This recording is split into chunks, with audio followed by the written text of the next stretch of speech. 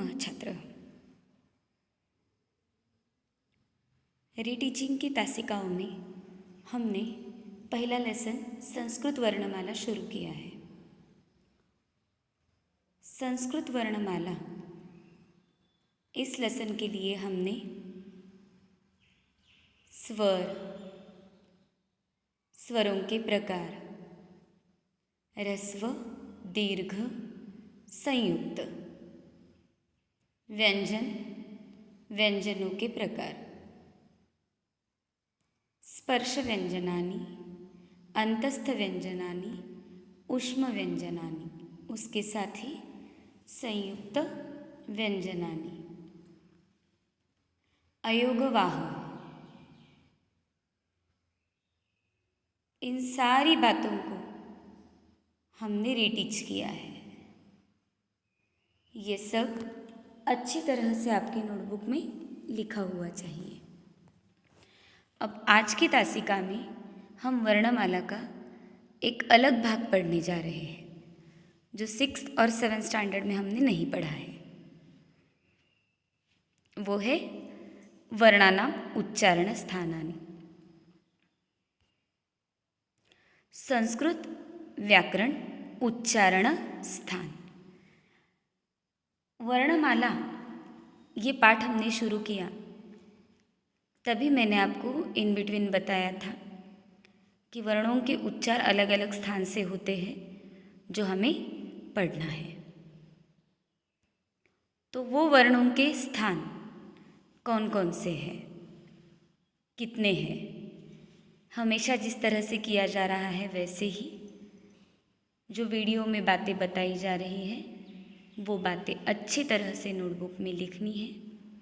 अगर इसके पहले जब मैंने ये लेसन आपको दिया था तब अगर ये सारी बातें आपने नोटबुक में लिखी है तो अब लिखने की ज़रूरत नहीं, लेकिन अगर तब लिखना रह गया है तो अब अच्छी तरह से लिख लोगे। संस्कृत व्याकरण की नोटबुक में ये सब बातें आपको लिखनी है। उच्चारण स्थान यानी मुख के हमारे अलग अलग जो भाग होते हैं जैसे जिह्वा, दंत, मूर्धा, तालु, इन अलग अलग मुख के भागों से वर्णों का उच्चारण होता है, उसे उच्चारण स्थान कहा जाता है। वर्णों के उच्चारण स्थान कितने हैं या कौन से हैं वो हम देखते हैं।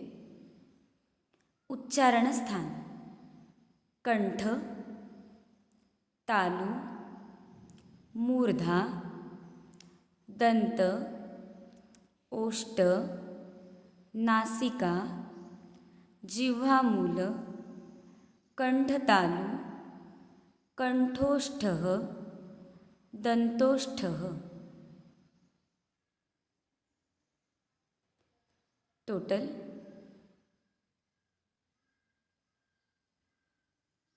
10 उच्चारण स्थान है।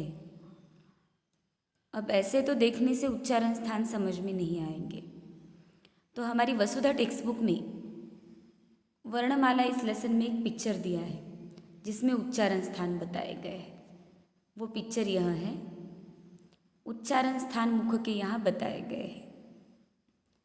कंठ गले से, श्वासनली, स्वरतंत्रिकाएँ, दंतोष्ठ्य, दंत, ओष्ठ, नासिका, मूर्धा, तालु, यह अलग अलग उच्चारण स्थान यहाँ बताए हैं।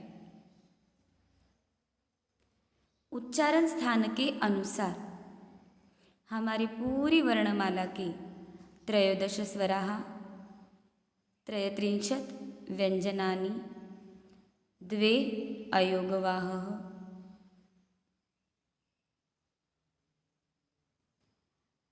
48 वर्णानाम् उच्चारण स्थानानि। अतः वयं सर्वे पश्यन्ति।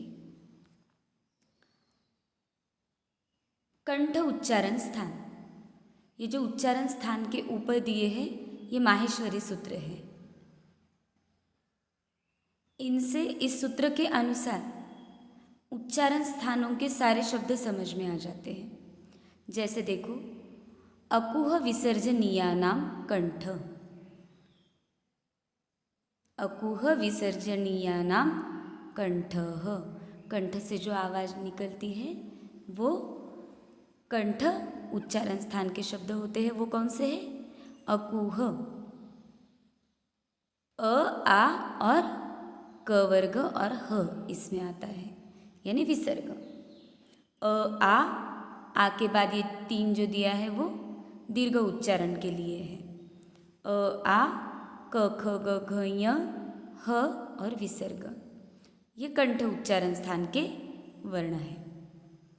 ये माहेश्वरी सूत्रों के साथ आपको नोटबुक में लिख कर लेना है। इचु यशानाम तालु, ई का स्वर और च वर्ग और उसके साथ य श, ये तालु वर्ण है। ई एक्चुअली ये दूसरा ई दीर्घ ई होना चाहिए। ई च छ ज झ य और श इति तालुवर्णः तालव्यः वर्णः अस्ति। उपपद्मानीयानाम् औष्ठ, उ प वर्ग ये जो है वो औष्ठ वर्ण है। उ प फ ब भ म, एतेषाम् औष्ठवर्णाः सन्ति।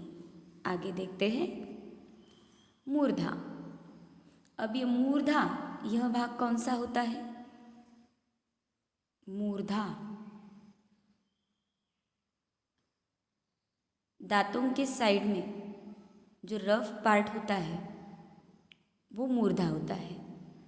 ऋटुरसानाम मूर्धा, रु ट वर्ग और श, ये है मूर्धन्य उच्चारण वर्णाः।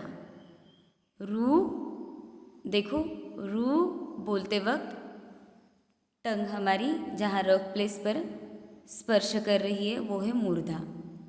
रू ट ठ ड ढ ण र श, एतेषां मूर्धन्य वर्णाः। लुतु लसानां दंताः, दांतों को स्पर्श कर कर जिस वर्णों का उच्चारण होता है वो दंत वर्ण। ऋलु ऋलु त थ द ध न ल स, एतेषां दंत्यवर्णाः सन्ति।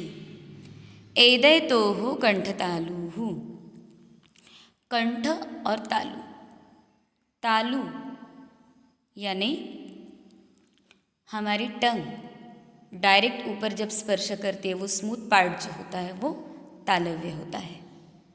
इसके सिर्फ 2 वर्ण हैं, ए ऐ। एतोः कंठतालव्यः। आगे देखिए, ओदौतोः कंठोष्ठम, कंठ और ओष्ठ्य, ये शब्द कौन से हैं? ओ और औ। ओ औ एतयोः कंठोष्ठ्य वर्णौ। वकारस्य दंतोष्ठम, दंतोष्ठ दांत और ओठ इनसे स्पर्श होने वाला सिर्फ एक वर्ण है, वो है व। नासिकानुस्वारस्य, अनुस्वार यह जो है वो नासिका वर्ण है। आगे देखिए, यमंगणानां नासिका च, यमंगणानां स्पर्श व्यंजनों के हर वर्ग का 5वां वर्ण।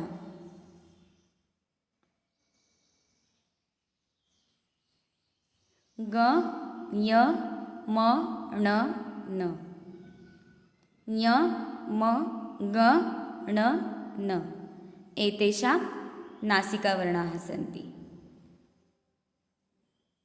अंतिम उच्चारणस्थान जिह्वामूल, जिह्वामूलीयस्य जिह्वामूलम, क तथा ख, जिह्वा के मूल से जो उच्चारण होता है वो जिह्वामूल, क तथा ख। ये जो 11 आपको माहेश्वरी सूत्र दिए हैं और उनके उच्चारण स्थान और उनके स्वर व्यंजन, ये सब अच्छी तरह से नोटबुक में लिखना है। अब आगे देखते हैं। निम्नलिखित तालिका को ध्यान से देखिए। ये तालिका आपके टेक्स्ट बुक में भी दी गई है। इस तालिका से स्वर, वर्गीय व्यंजन, अंतस्थ, ऊष्म, इनके द्वारा वर्णों के उच्चारण स्थान का वर्गीकरण किया गया है। किस तरह से? वर्णों का उच्चारण स्थान, उसके बाद उच्चारण स्थान वाले स्वर, 13 स्वरों को डिवाइड कर दिया है उच्चारण स्थानों ने। वर्गीय व्यंजन जो स्पर्श व्यंजन है हमारे, उन्हें भी डिवाइड कर दिया है। अंतस्थ जो 4 शब्द है उनको डिवाइड किया है। ऊष्म 4 शब्द है उन्हें डिवाइड किया है। और वर्णों के स्थानजन्य नाम क्या होते हैं? जैसे कंठ उच्चारण स्थान को कंठ्य कहा जाता है, तालु उच्चारण स्थान को तालव्य कहा जाता है। तो यहाँ यह जो तालिका दी है, ये अच्छी तरह से आपको रीड करनी है। कंठ, तालु, मूर्धा, दंत, ओष्ठ, नासिका, कंठ, तालु, कंठोष्ठ, दंतोष्ठ, इनके द्वारा हमारी संपूर्ण वर्णमाला कवर की जाती है। एक भी वर्ण बाकी नहीं रहता। तो यह तालिका आपको अच्छी तरह से नोटबुक में लिख कर लेनी है। तो आज की तासिका में हमने उच्चारण स्थान, यह जो इसके पहले नहीं देखा है वह पाठ देखा है।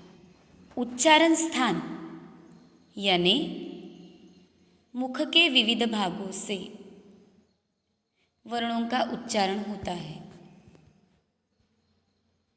विशिष्ट वर्ण का विशिष्ट उच्चारण स्थान होता है।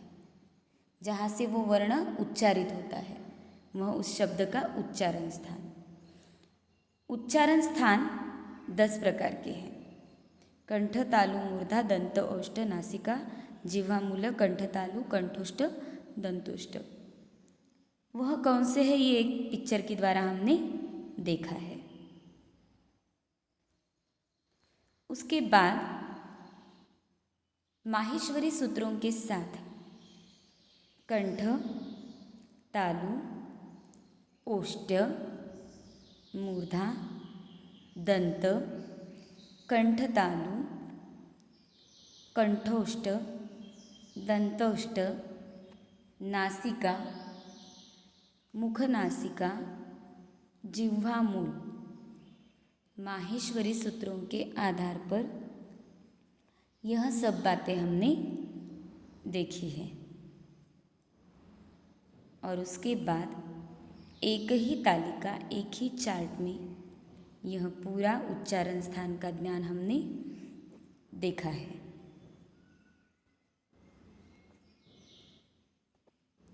अलग अलग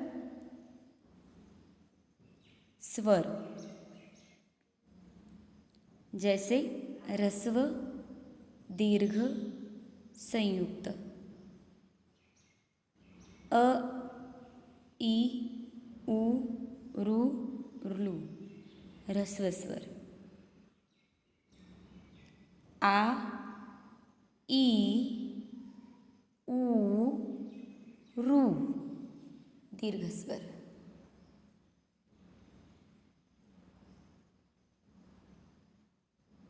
ए, ऐ, ओ, औ, संयुक्त स्वर। 13 स्वराः सन्ति। 25 स्पर्शव्यञ्जनानि। स्पर्शव्यञ्जनानां 5 वर्गाः सन्ति। क, च, ट, त, प। 4 अन्तस्थव्यञ्जनानि, 4 ऊष्मव्यञ्जनानि, 33 व्यञ्जनानि सन्ति।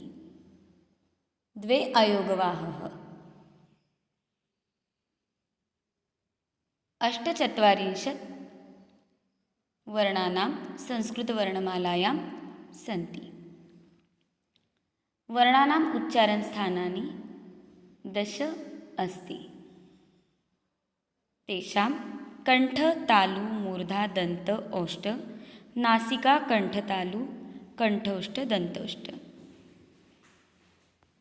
ये सारे जो पार्ट है, ये सारा जो बताया है, ये सब कुछ अच्छी तरह से समझकर नोटबुक में लिखना है। यहाँ संस्कृत वर्णमाला रीटीचिंग भी खत्म होता है। इस पर आधारित जो वर्कशीट दी थी, वो वर्कशीट के साथ ये सारे नोट्स अच्छी तरह से नोटबुक में लिखकर कंप्लीट कर कर मेरे मेल आईडी पर आपको सेंड करने हैं।